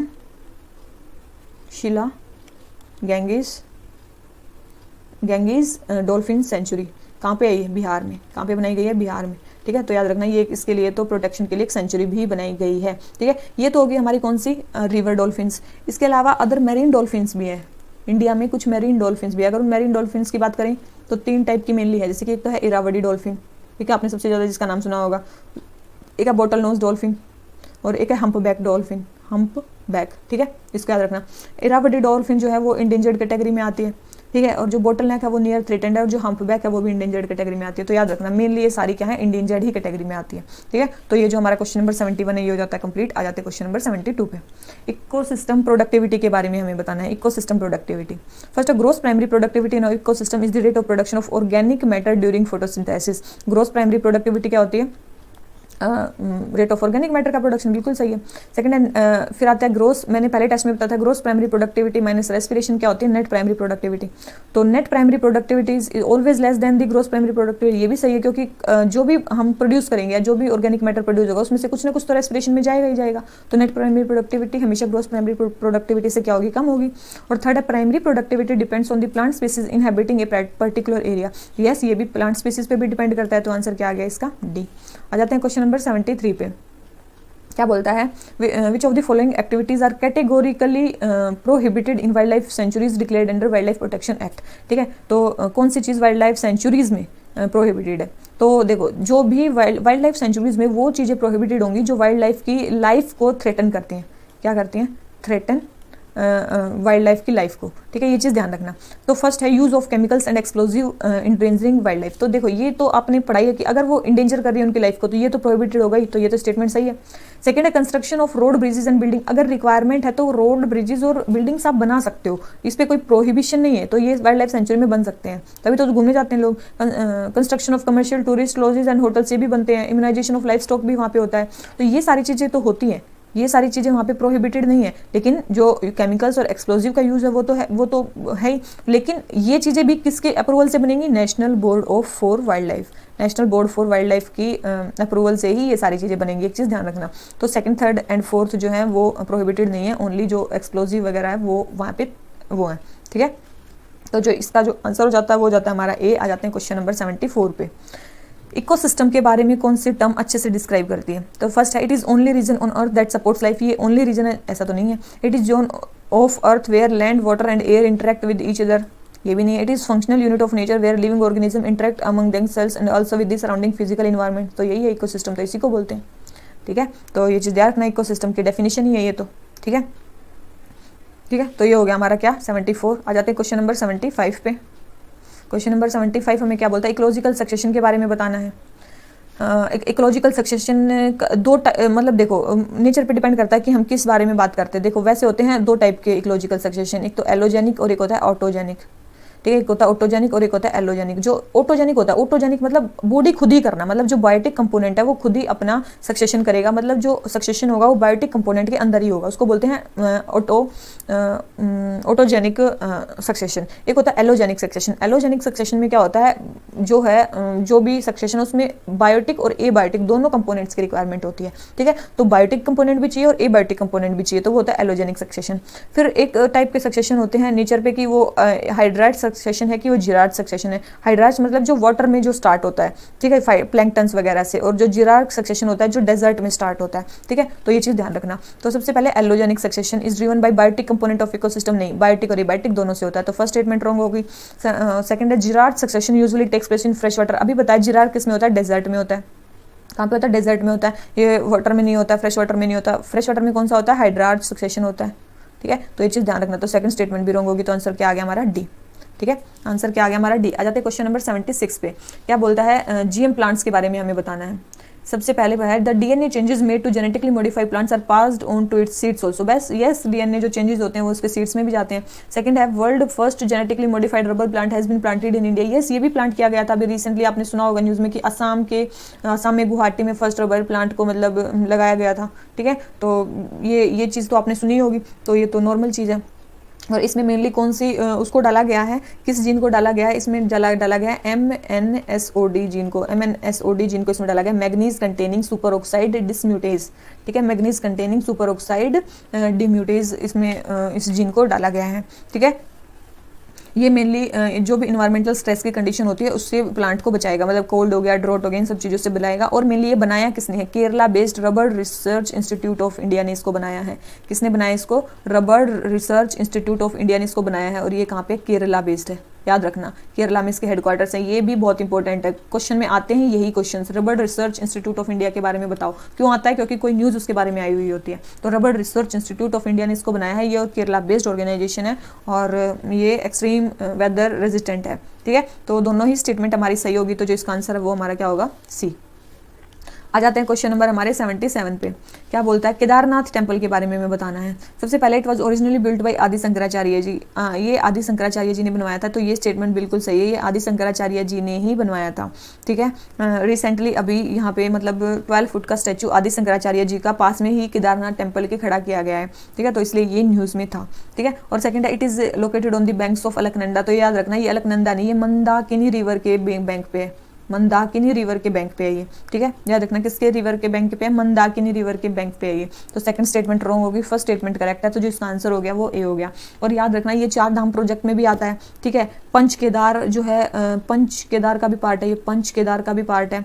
और 12 जो ज्योतिर्लिंग होते हैं लॉर्ड शिवा के, और किसका टेम्पल है, याद रखना लॉर्ड शिवा का टेम्पल है। ठीक है, लॉर्ड शिवा का ये टेम्पल है, ये भी चीज़ ध्यान रखना। एक है, ये तो हो गया केदारनाथ ही होता है बद्रीनाथ। ठीक है, तो बद्रीनाथ जो है वो मेनली वहाँ से पास होती है, अलकनंदा रिवर वहाँ से पास होती है। ठीक है, और वो मेनली किसको डेडिकेटेड है, वो हमारे लॉर्ड विष्णु जी को डेडिकेटेड है। किसको है, लॉर्ड विष्णु जी को डेडिकेटेड है वो टेम्पल। और अलकनंदा रिवर वहाँ से पास होती है बद्रीनाथ से। और जो केदारनाथ है वो आदि शंकराचार्य जी ने बनवाया था, मंदाकिनी वहाँ से रिवर मेनली पास होती है। ठीक है, तो ये चीज़ ध्यान रखना, 12 ज्योतिर्लिंग्स में भी है और लॉर्ड शिवा का ये मेनली टेम्पल है। तो ये हो गई हमारे आंसर आ गया ए। आ जाते हैं क्वेश्चन नंबर 78 पे। वेविलोव सेंटर बताना। देखो वेविलोव सेंटर जो होता है ना, वेविलोव सेंटर का मतलब होता है कहीं पे भी जहाँ पे किसी चीज़ का ओरिजिन होता है उसको बोलते हैं। तो फर्स्ट है it refers to geographical area where particular group of crops first originated on earth. बिल्कुल यही है कि मतलब जहाँ पे भी कोई भी चीज़ फर्स्ट ओरिजिनेट होती है उसको बोलते हैं वेविलोव सेंटर। ठीक है, याद रखना इसको। तो ये हो गया वेविलोव सेंटर। आ जाते हैं क्वेश्चन नंबर 79 में। नेशनल स्पोर्ट्स अवार्ड्स में किसको इंक्लूड किया गया है, ध्यानचंद खेल रत्न, अर्जुन अवार्ड, राष्ट्रीय खेल प्रोत्साहन पुरस्कार, तीनों को इंक्लूड किया गया है। तो आंसर क्या आ गया इसमें, डी। आ जाते हैं क्वेश्चन नंबर 80 में। 80 क्या बोलता है, अडप्टिव रेडिएशन के बारे में हमें बताना। देखो आपने मतलब 12th क्लास की जो NCERT है उसमें पढ़ा होगा कि मतलब ये कोई ऑर्गेनिज्म है और ये इस हैबिटेट में गया ऐसा बन गया, इसमें गया ऐसा बन गया, तो ऐसे उसका एक चार्ट सा बना हुआ आपने देखा होगा। तो ठीक है, तो ये है, तो देख लो it is gradual change in organism to survive in environment, ऐसा तो नहीं है, क्योंकि ग्रेजुअल चेंज इन एनवायरमेंट जो सर्वाइव करने के लिए उसको बोलते हैं इवोल्यूशन, ना कि अडप्टिव रेडिएशन। ठीक है, और second it is process by which new species are formed abruptly through genetic mutation. जो एब्रप्टली थ्रू जेनेटिक म्यूटेशन बनते हैं उनको तो स्पेशिएशन बोलते हैं, उसको क्या बोलते हैं, स्पेशिएशन बोलते हैं, ना कि adaptive radiation. Third it is small changes that takes place in body of single organism over short period to overcome minor problem. Minor problem को ओवरकम करने के लिए सिंगल ऑर्गेनिज्म जो अपनी बॉडी को अडप्ट करता है उसको क्या बोलते हैं, एक्लेमेटाइजेशन। उसको क्या बोलते हैं, एक्लेमेटाइजेशन। ठीक है, उसको तो एक्लेमेटाइजेशन बोलते हैं। और फिर आ जाता है हमारा क्या, it is process in which organism diversify from ancestral species into multitude of new forms. बिल्कुल ठीक है, तो ये चीज़ आपको बतानी है कि ये होती है एडप्टिव रेडिएशन, जिसमें ऑर्गेनिज्म जो अपने आप को अपने एंसेस्टर से डाइवर्सिफाई कर लेता है नई नई फॉर्म्स में। ठीक है, तो ये हो गया हमारा आंसर डी। क्वेश्चन नंबर 80 आ जाते हैं क्वेश्चन नंबर 81 पे। क्या बोलते हैं, pollutants tend to concentrate as they move from one trophic level to next in the food chain. देखो पोल्यूटेंट्स क्या करते हैं, कंसंट्रेट करते हैं।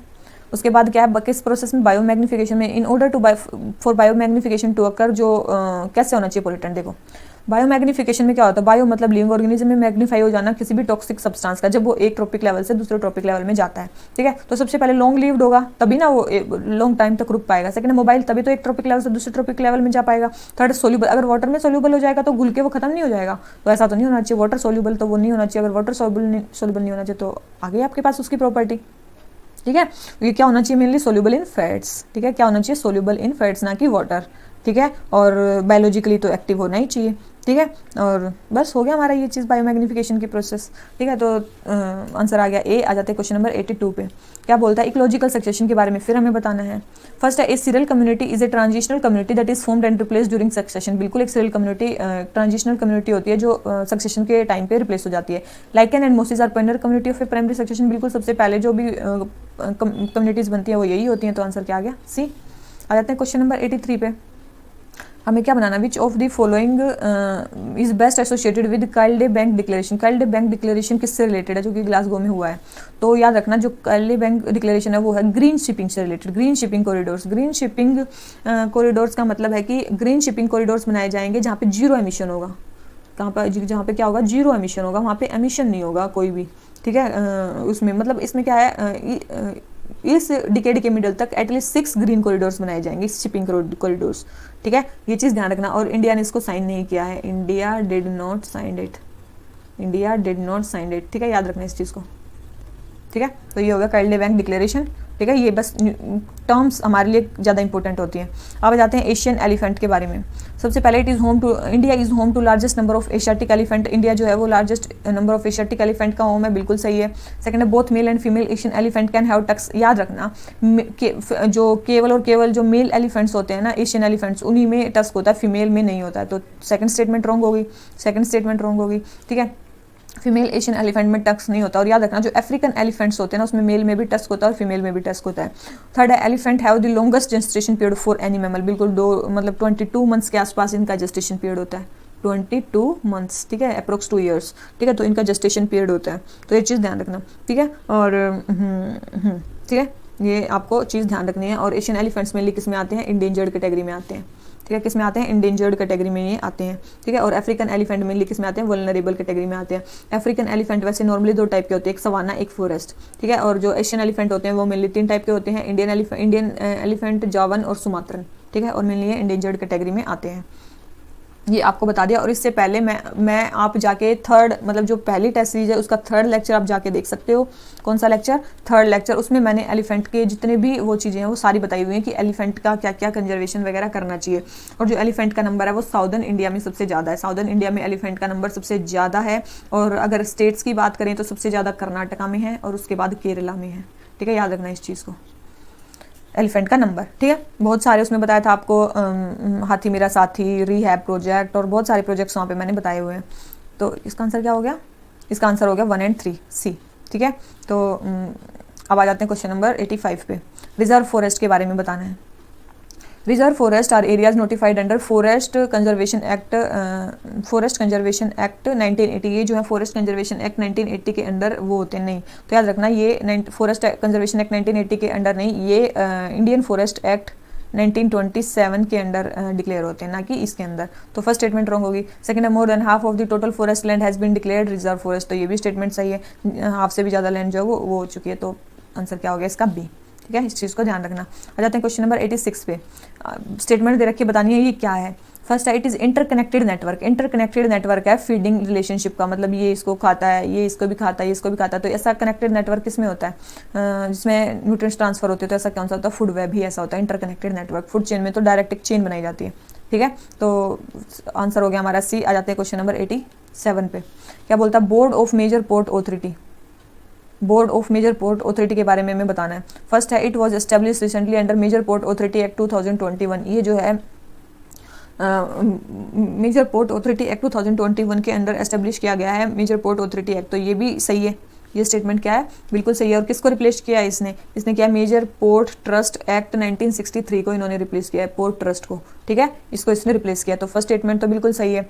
सेकंड है, it has to seek the prior sanction of central government to raise any loan. देखो, इनको मतलब सेंट्रल गवर्नमेंट की रिक्वायरमेंट नहीं चाहिए किसी भी लोन को लेने के लिए, केवल और केवल तब चाहिए जब 50% से ज़्यादा कैपिटल रिजर्व हो। कैपिटल रिजर्व से 50% ज़्यादा उनको लेना हो तभी उनको सेंट्रल गवर्नमेंट का अप्रूवल चाहिए, नहीं तो नहीं चाहिए। थर्ड है, it will educate the disputes और claims related to rights and obligation of major ports.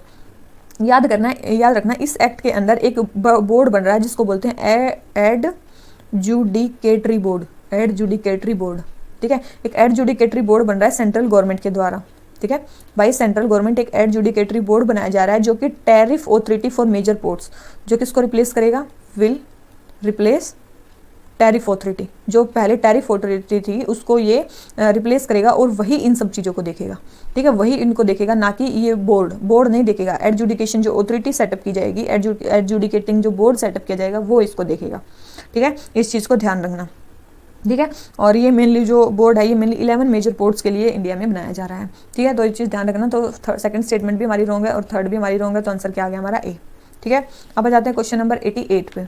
क्या बोलता है, टैगा बायोम के बारे में हमें बताना है, टैगा टुंड्रा, ठीक है। First height is forest of cold and सब आर्कटिक रीजन, सब आर्कटिक रीजन में कोल्ड में ये पाया जाता है, तो बिल्कुल सही है। सेकंड है soil of taiga is rich in nutrients. अब जो परमाफ्रोस्ट सोइल होएगी तो वो रिच इन न्यूट्रिएंट्स कैसे हो सकते हैं, तो रिच इन न्यूट्रिएंट्स वो सोइल नहीं होती है, ठीक है। थर्ड है the vegetation is dominated by coniferous forest, बिल्कुल यहाँ पे मेनली जो वेजिटेशन होती है वो कॉनिफरस ही होती है, तो ये भी स्टेटमेंट सही है। तो आंसर क्या आ गया इसका, हमारा सी आ जाता है इसका आंसर, ठीक है। और यहाँ पे मतलब याद रखना, यहाँ पे जो है शैलो बोग्स भी बनते हैं इस सोइल में, क्या बोलते हैं, शैलो बोग्स भी बनते हैं, जिनको बोला जाता है मस्क एग्स, तो याद रखना, ठीक है। तो ये भी आप चीज़ ध्यान रख सकते हो कि ये किससे मस्क एग्स किससे रिलेटेड है, तो ये किससे, टैगा बायोम से रिलेटेड है, ठीक है। न्यूट्रिएंट्स बहुत कम होते हैं, ओनली डेसिडुअस फॉरेस्ट या फिर कॉनिफरस फॉरेस्ट यहाँ पे पाए जाते हैं, तो आंसर आ गया सी। आ जाते हैं क्वेश्चन नंबर 89 पे। फॉरेस्ट विलेज के बारे में बताना है। First they are settlement that have been established inside the forest by the state government. ये जो है सेटलमेंट इंडियन फॉरेस्ट में एस्टेब्लिश की गई है स्टेट गवर्नमेंट के द्वारा। तो फॉरेस्ट विलेज है तो कौन एस्टेब्लिश करेगा, स्टेट गवर्नमेंट ही करेगी। और किसके अंडर है, ये फॉरेस्ट राइट एक्ट के अंडर है, तो ये भी सही है कि ये फॉरेस्ट राइट एक्ट के अंदर इनको डिक्लेयर किया गया है। तो दोनों स्टेटमेंट सही है, तो आंसर क्या आ गया इसका, सी। आ जाते हैं क्वेश्चन नंबर 90 पे। क्वेश्चन नंबर 90 क्या बोलता है, G7 और G20 में कौन कौन सी कंट्रीज हैं। तो देखो अगर आपको G7 कंट्रीज का पता है ना इसमें कौन कौन सी, तब भी आपका क्वेश्चन हो जाएगा, क्योंकि दोनों में तो वही मिलेंगे ना जो G7 में मिलेंगी। और G7 की एक ट्रिक है कि आप ऐसे याद रख सकते हो, जूस गर्लफ्रेंड, मतलब कोई भी अपनी गर्लफ्रेंड को डेली जूस पिलाता है, ऐसे आप याद कर सकते हो, ठीक है। तो जूस मतलब ऐसे आप यहाँ से याद रखो, जापान, USA, ठीक है, इटली, चाइना, कनाडा, ई से क्या है, इंग्लैंड, जी से क्या है, जर्मनी, फ्रांस। क्या Germany, France, England, Canada, Italy और USA और जापान, ये सारी कंट्रीज है किसमें, G7 में। क्या इसमें इंडिया है, नहीं है। चाइना है, नहीं है। USA है, जापान है, मैक्सिको है, नहीं है। तो केवल और केवल थर्ड एंड फोर्थ कंट्रीज हैं जो मतलब शायद अब ये G7 में है तो G20 में भी मिलेंगी, ठीक है। तो याद रखना, तो ओनली 3 और 4 जो कंट्रीज हैं वो किसमें है, इसमें। G20 की भी मैंने जो करंट अफेयर्स की वीडियोज़ हैं उसमें ट्रिक बता रखी है, आप जाके देख लेना इसको, ठीक है। तो इसका मैंने आपको बता दिया G7 का, आप आज के बाद इसको याद कर सकते हो। आ जाते हैं क्वेश्चन नंबर 91 पे। यूनेस्को के वर्ल्ड हेरिटेज साइट के बारे में हमें बताना है। इसके बारे में हमें बताना है, यूनेस्को के वर्ल्ड हेरिटेज साइट के बारे में हमें कुछ बतानी है। तो यूनेस्को की वर्ल्ड हेरिटेज एक प्रोग्राम चल रहा है, क्या कौन सा प्रोग्राम है, वर्ल्ड हेरिटेज एक प्रोग्राम चल रहा है, उसके अंडर ये साइट्स डिक्लेयर की जाती हैं, ठीक है। उसके अंडर ये साइट्स डिक्लेयर की जाती हैं और टोटल 40 वर्ल्ड हेरिटेज साइट है इंडिया में टोटल वर्ल्ड हेरिटेज साइट को कितनी है, टोटल 40 हैं, जिसमें से 32 कल्चरल साइट्स हैं, ठीक है। उसके बाद 7 नेचुरल हैं साइट्स हैं और एक जो है वो मिक्स साइट है, एक है मिक्स साइट है, मतलब कल्चरल नेचुरल दोनों, ठीक है। एक मिक्स साइट्स में कौन सी आती है, कंचनजंगा, ठीक है। इसने हमसे कौन सा पूछा है, कोसी में भी पूछा है, ठीक है, नेचुरल पूछा है, इन्होंने हमसे नेचुरल पूछा है। तो नेचुरल में याद रखना केवल और केवल कितनी है, 7 नेचुरल साइट्स हैं। 7 में से देखो 7 हैं, कौन कौन सी, मैं यहीं पे लिखवा देती हूँ। सबसे पहले है ग्रेट हिमालयन नेशनल पार्क, ठीक है, ग्रेट हिमालयन नेशनल पार्क। इसके बाद है काजीरंगा नेशनल पार्क, इसके बाद है कियोलेडो नेशनल पार्क, इसके बाद है मानस, उसके बाद है नंदा देवी, उसके बाद है सुंदरबन और उसके बाद है वेस्टर्न घाट्स। तो ये सारी चीज़ें हैं। तो देखो वेस्टर्न घाट्स आ गया, ठीक है, और इसके बाद क्या आ गया, इसमें नंदा देवी था, एन से, तो क्या था, नंदा देवी था, और क्या है, कियोलाडो, 2 ही है, नीलगिरी तो नहीं है और ना ही सिमलीपाल है। तो सेकंड एंड फोर्थ तो है ही नहीं, सेकंड एंड फोर्थ देख लो कहाँ पे नहीं है, तो आंसर क्या आ गया, ए, ठीक है। तो ये आपको याद ही करनी होगी कि 7 नेचुरल साइट्स में इसमें कौन सा है, ठीक है। तो इसके बिना तो आप हो नहीं सकते। और एक मिक्स साइट है कंचनजंगा जो सिक्किम में है, वो तो आपको वैसे भी पता हो जाएगी, ठीक है। तो 91 का हो गया ए। अब आ जाते हैं क्वेश्चन नंबर 92 पे। स्टेटमेंट सही नहीं बतानी है, कौन सी सही नहीं है, कौन सी सही नहीं है। It is both terrestrial and arboreal animal.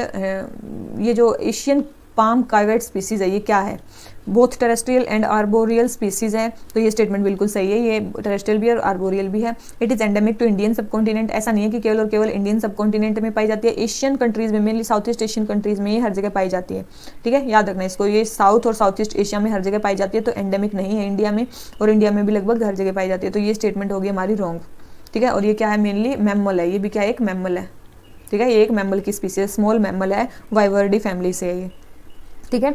और इसके अलावा बात करें ये WPA के एक्ट शेड्यूल 2 में है, बिल्कुल सही है। और IUCN में लिस्ट कंसर्न कैटेगरी में, क्योंकि हर जगह पाया जाता है तो उसमें लिस्ट कंसर्न में है, तो ये भी सही है। लिस्ट कंसर्न है शेड्यूल 2 में है। और साइट्स के अपेंडिक्स 3 में है, याद रखना साइट्स में क्या है, अपेंडिक्स 3 में है ये, ठीक है। तो ये भी चीज़ आप ध्यान रख सकते हो। और मेनली ये नॉकटर्नल एक्टिविटी पैटर्न होता है, इसका मेनली क्या होता है, नॉकटर्नल होता है, रात को ही निकलता है, नॉकटर्नल होता है ये, ठीक है। ये भी चीज़ आप ध्यान रख सकते हो। अब आ जाते हैं क्वेश्चन नंबर 93 पे। क्या बोलता है, पार्थीनियम और अफ्रीकन कैटफिश लैंटाना ये स्पीसीज क्या है, तो आपको पता है ये क्या है, सारी इन्वेजिव स्पीसीज है। क्या है, इन्वेजिव। पार्थीनियम को और क्या बोलते हैं, कैरेट ग्रास भी बोलते हैं, पहले भी मैं ये करवा चुकी हूँ पहले वाली सीरीज में, ठीक है। कैरेट ग्रास इसको बोलते हैं, ठीक है। अफ्रीकन कैटफिश का दूसरा नाम क्या है, क्लेरियस गैरीपाइनस, ठीक है, क्लेरियस ग्लैरीपाइनस, ठीक है। इसके अलावा वाटर हाइसिंथ, जिसको आइकोर्निया भी बोलते हैं, ठीक है। कैरेट ग्रास, ये सारी क्या है, इन्वेसिव स्पीसीज ही हैं, तो ये चीज़ याद रखना, ठीक है। अब आ जाते हैं क्वेश्चन नंबर 94 पे। Springtail, fiddler, crab, slug ये किस में आते हैं, याद रखना ये किस में आते हैं, डेट्रिटस फूड चेन में आते हैं, ठीक है। ये तो आपको एनिमल्स याद ही होने चाहिए, ठीक है। अब आ जाते हैं क्वेश्चन नंबर 95 पे। Double asteroid redirection test mission के बारे में बताना है। It aims to allow spacecraft to crash into an asteroid change its course. तो ये स्टेटमेंट बिल्कुल सही है कि इसमें क्या होगा, एक ऐसा स्पेसक्राफ्ट बनाया जाएगा जो एक एस्टेरॉयड से टकराएगा, जो जिसका वो पाथ बदल देगा, ठीक है। उस एस्टेरॉयड का नाम क्या है, डी-डाइमोस। क्या है, डी-डाइमोस एक एस्टेरॉयड आ रहा है अर्थ की तरफ, शायद वो अर्थ से टकराएगा, तो एक स्पेसक्राफ्ट बनाया जा रहा है जो उससे टकराएगा और उसके पाथ को चेंज कर देगा। क्या इसको जाक्सा और इसरो बना रही है, नहीं, इसको कौन बना रही है, नासा बना रही है। इसको कौन बना रही है, नासा बना रही है। और it will launch aboard GSLV, क्या इंडिया इसको लॉन्च करेगा, बिल्कुल नहीं, तो USA इसको लॉन्च करेगा ना। तो इंडिया का USA का जो SpaceX फाल्कन 9 है, फाल्कन 9 जो रॉकेट है वो फाल्कन 9 जो रॉकेट है वो कैलिफोर्निया से इसको छोड़ेगा, ठीक है। तो ये चीज़ ध्यान रखना। तो second and third statement wrong है और फर्स्ट स्टेटमेंट करेक्ट है, तो जो आंसर आ गया वो आ गया हमारा ए, ठीक है। आ जाते हैं क्वेश्चन नंबर 96 पे। क्या बोलता है, एक्वेटिक इकोसिस्टम के बारे में बताना है। Both photosynthesis and respiration activities take place in aphotic zone.